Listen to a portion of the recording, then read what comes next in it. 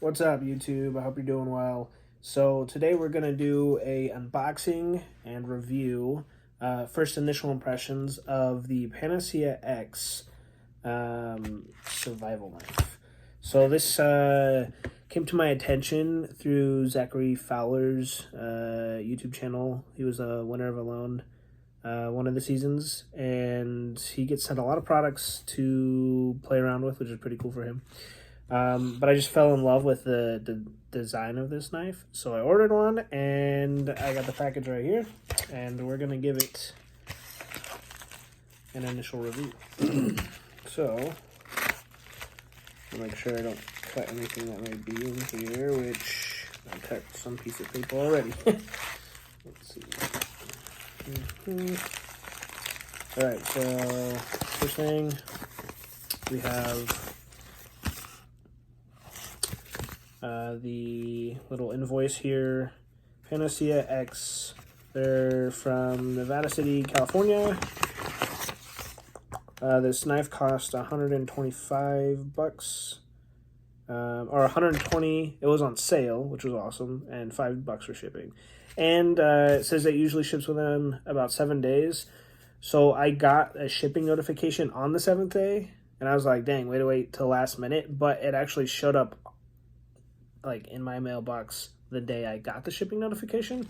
So they must have actually sent it out pretty quick, because where I'm located, stuff usually takes a while to get here. So that's awesome. All right.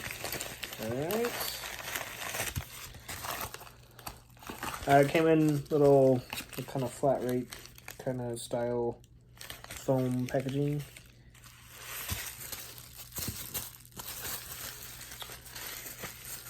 So that's the tape here. Take that off. Alright. Wow, this is so much smaller than I was expecting. I was expecting it to be small, but it was hard to get a grasp from YouTube videos of how small it actually was, because everyone's hand size is different.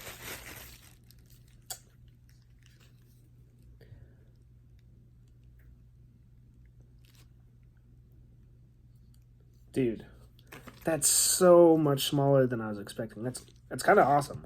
Because it'd be nice. I've seen people like conceal carry it under their shirt, which obviously with some neck knives, it's a bit big and bulky to do. We got a couple of things in this bag as well. Let me check this out real quick before I start checking out the knife. Man, that's cool. Okay, so I survived. So you get a fun sticker. Says, I survived the COVID-19 pandemic. Panacea X Survival Tools. The weaponizedchainsaws.com. So that's pretty cool. Let's see. What do we got here? This is the stats of the knife. So this is called the FireFly, I believe. Yes, the FireFly. D2 tool steel, slightly less than a 2-inch long blade, Rockwell of 58 to 60C, it's got all the dimensions on here, 90-degree spine. So a couple of cool things about this. So you put a nice paracord lanyard on here, and it looks like we have, what do they call this knot? It's kind of like a uni to uni knot for like fishing, where this is adjustable on your neck, which is pretty cool. It's a nice touch right there. So we got a Kydex sheath. Pretty simple. All right, dude, that's so much smaller, man. Look how tiny this is. It looks so much bigger on the internet and in people's hands. I wonder if this is smaller than some of those original models. I think it is. Dang, that's crazy. So they had a couple of different blade designs. They had like a full flat grind, Scandi grind, kind of like this one, and then like a Tanto grind, and I thought this looked pretty dang cool. So on this side it says Panacea X, and then on the other side it says USA 270, and it's got this cool like what do you call this, machining on the back basically. Let's see how sharp. It's pretty stinking sharp. So I got a receipt here, test the initial sharpness.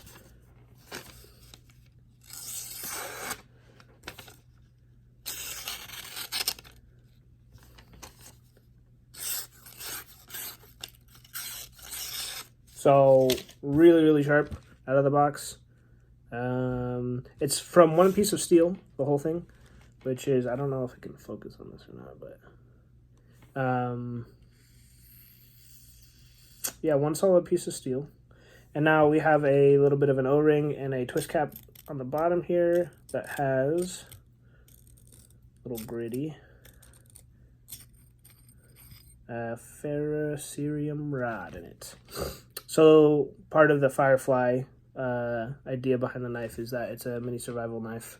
And it's pretty thick too for a little guy. So for example, this is the Paramilitary 2, and it's thicker than the thickest part of that blade, which is pretty cool. So there's going to be one tough little knife. Like you might, I don't even know if you could break the tip on that, to be honest with you. I'm sure you could break anything these days, but so that's pretty cool. And I think it has, so when this is inserted, it goes all the way to there on the, so you have a teeny bit of room in the handle still. If you wanted to shove something down in there, you might be able to. Nice. Dang. So, initial impression. Really, really small, a lot smaller than I was expecting. It's got a waterproof ferrocerium rod in there with that little O-ring that's right there. So this handle, it feels like jimping all the way around. It's a knurled kind of deal. It is very aggressive. It will stay locked into your hand very, very easily. Man, look how small that is. That's awesome. So he, on the website, it states that this handle is meant to be able to use kind of like a file in ways. You could use it for woodworking and whatnot. So let's see the retention on the sheath here. It's a little light on the retention. Make sure I'm putting it in the right way, yeah. A little light on the retention, but it's most likely not going to fall out. I would have liked to see the retention slightly better. You can see there's a bit of a gap here on both sides. If that was just slightly tighter,